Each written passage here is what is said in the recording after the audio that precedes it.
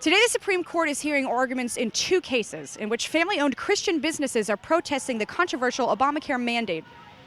Hobby Lobby, owned by the Green family, and Conestoga Wood Specialties, owned by the Hahn family, are both arguing that the Obamacare mandate is forcing them to put abortion-inducing coverage in their employee-based health care plans, which they say they oppose based on their religious beliefs. The alternative, they say, is to pay fines of up to $100 per day per employee. The number of homeless people Planned Parenthood helps is zero! These cases have been a point of contention for pro-lifers and pro-choice Americans alike.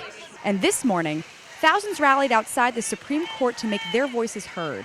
There are pro-life women around this country who know that Americans should be able to live their lives and operate their businesses lined up with their deeply held religious beliefs, and that's why we're here today. There's millions of women across this country that don't agree with forcing employers and forcing taxpayers to pay for coverage of abortion-inducing drugs. That's what they're here for. That's their entire message, is that women need abortion to be happy, and I disagree with that.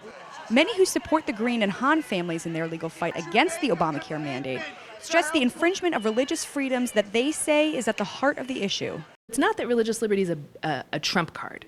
Just because you're a religious person, you don't get to not comply with the law.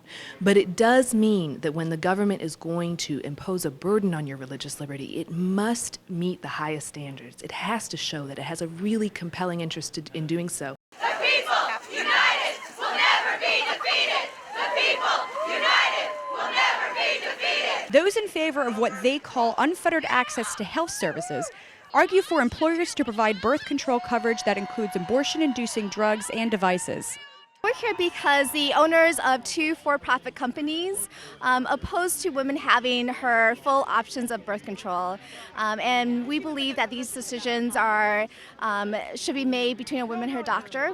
We feel women should have health care, and if health insurance companies don't want to give women health care for cancer screenings, but they don't have a problem funding Viagra, I want to know why. A lot of people lining up on this issue for various reasons, but all of them very positive.